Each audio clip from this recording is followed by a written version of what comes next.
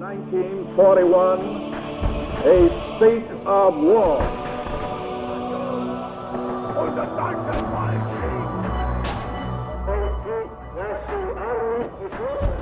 What General Vagon had called the Battle of France was over. The Battle of Britain is about to begin. We shall fight on the beaches, we shall fight on the landing grounds, we shall fight in the fields and in the streets, we shall fight in the hills.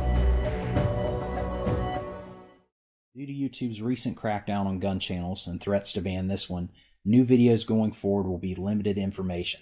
I cannot answer any questions like where do I get one, how much is it, what is the flight velocity of a European swallow carrying a coconut, to keep within YouTube's ever-changing rules on firearm content. As this channel may be deleted without warning by YouTube at any time, please visit my alternate channel on Rumble. You'll get much more detailed videos, and the link is in the description.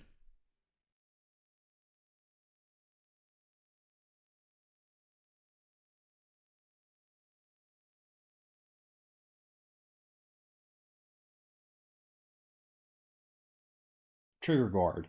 You'll see like an AE or an A.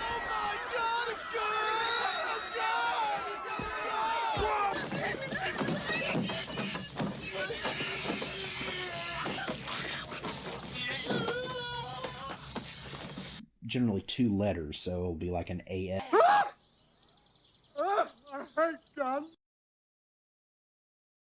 Hey you guys and gals, this is Alden at the Mosin Crate, and some Israeli Jerichos just got imported, and I really like these because these are the old school IMI Jerichos. The new IWI Jerichos, they've switched, I believe, from polygonal rifling to traditional rifling.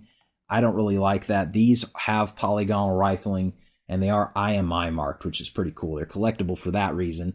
They are all metal construction except for the grips, which are polymer. They're in 9mm, and these are a CZ75 with an Israeli twist to them. So they're pretty much Israeli CZ75s. They're both double action and single action. Frame mounted safety. Now it's just a safety on these. It's not a decocker. And like I said, we're reviewing these today, just taking a look at them. They did just get imported out of Israel. You can see the import marking there on the bottom of the trigger guard.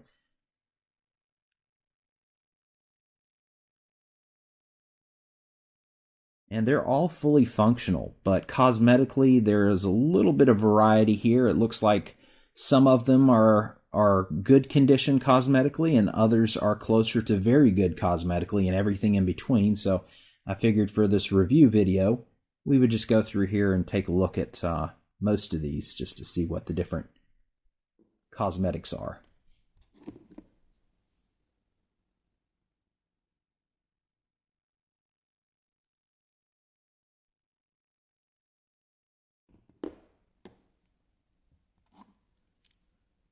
You can see this one here has some more bluing wear or more finish wear there on the side of the frame.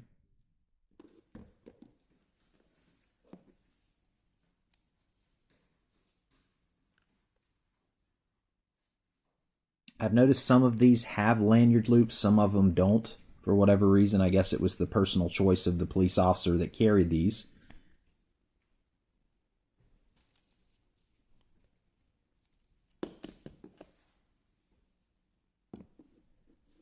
And I should go ahead and mention that I was getting thousands. There's probably 2,000, 3,000, maybe even 4,000 subscribers a month here on YouTube for a while there.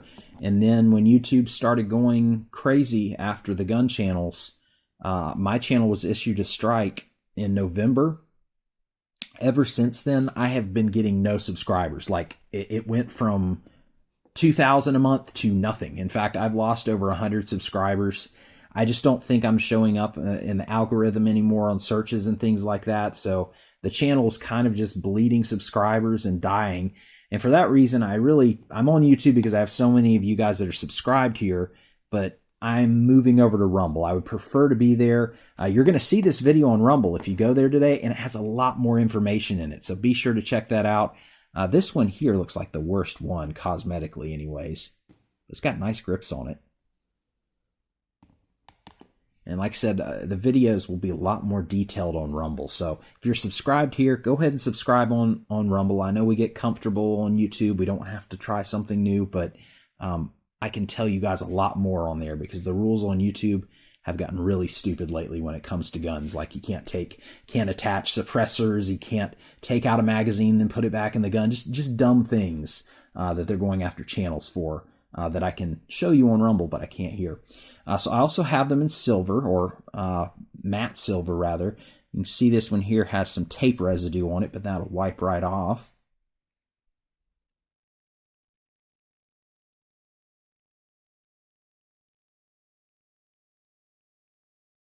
And these overall look to be cosmetically a little bit nicer shape than those black ones that we were reviewing a second ago.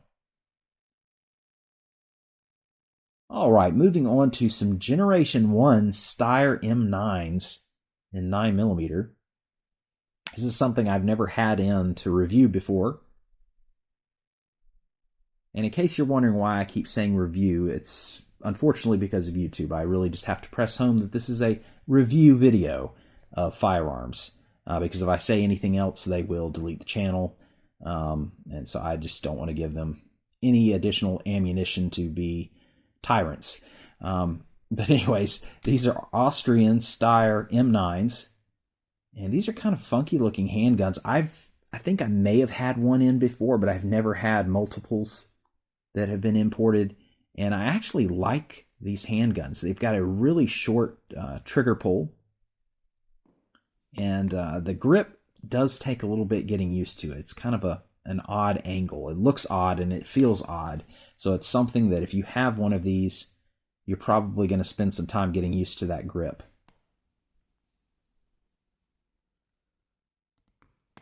Overall, they look like they're in very good shape. And also some surplus P320 SIGs. These are 9mm as well. And these are the X-Carry model. And these came out of a police department somewhere in the Northeast. I'm not exactly sure which police department they came out of.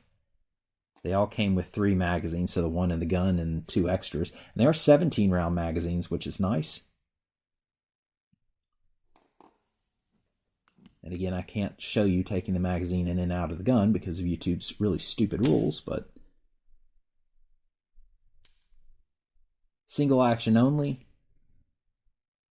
And they do have those glow sights. I think it's tritium, but the tritium in them is kind of it dies out after about 5 years, I think. And these are kind of getting a little dim. You can still see them; they're still usable, but they are getting a little dim there. You got a plate on top, so you can add a optic, or rather a red dot or something like that if you want.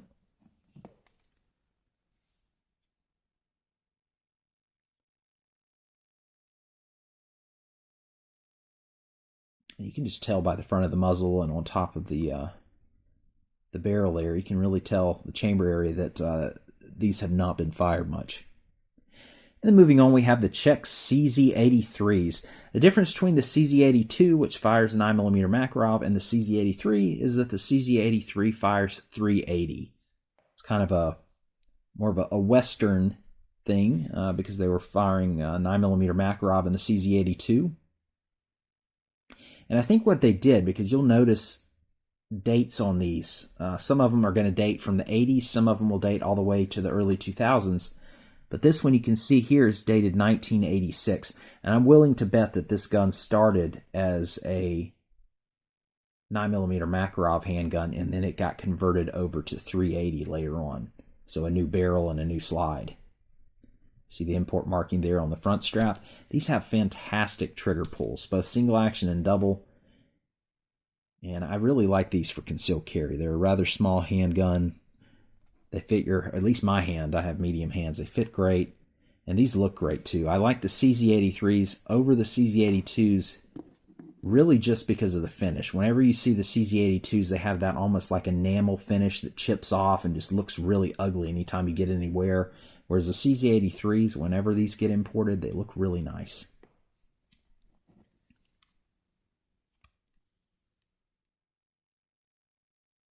That one looks like a 1980 or 1995 dated. Seen quite a few of them that have like a 1989 date, and that gets slashed out and then they get redated. Or what I mean by that is it'll say 89 and then to the left of it it'll say 95 or a later date after that.